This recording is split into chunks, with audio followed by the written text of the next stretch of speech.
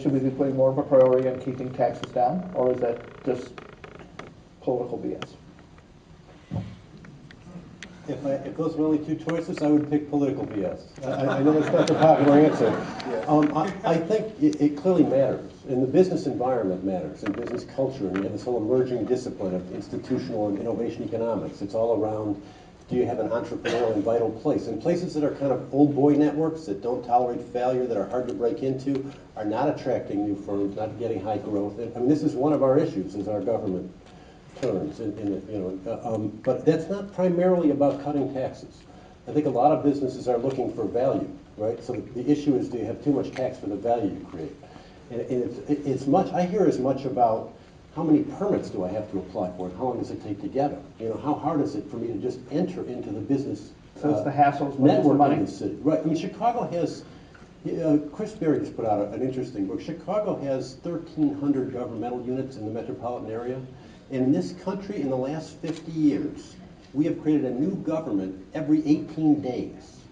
All right? That's a phenomenal, that's just bizarre. The levels of government and special interest government we have, it's not that I'm against government. It's that from a business point of view, it creates all these inefficiencies because you have to deal with so many units and go through so much process. I don't think it's a level of taxes, so you're getting value for your tax, right?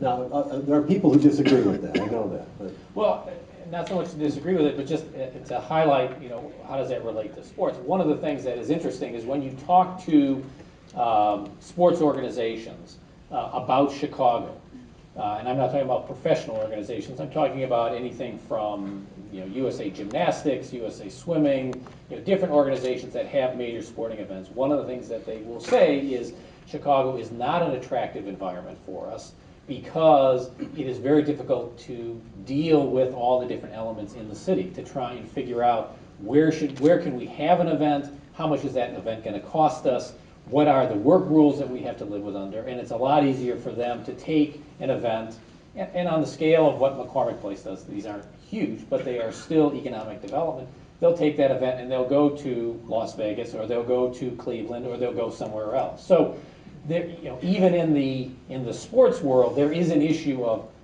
not so much taxes, but how much efficiency can we have here that will make it easier for organizations to come.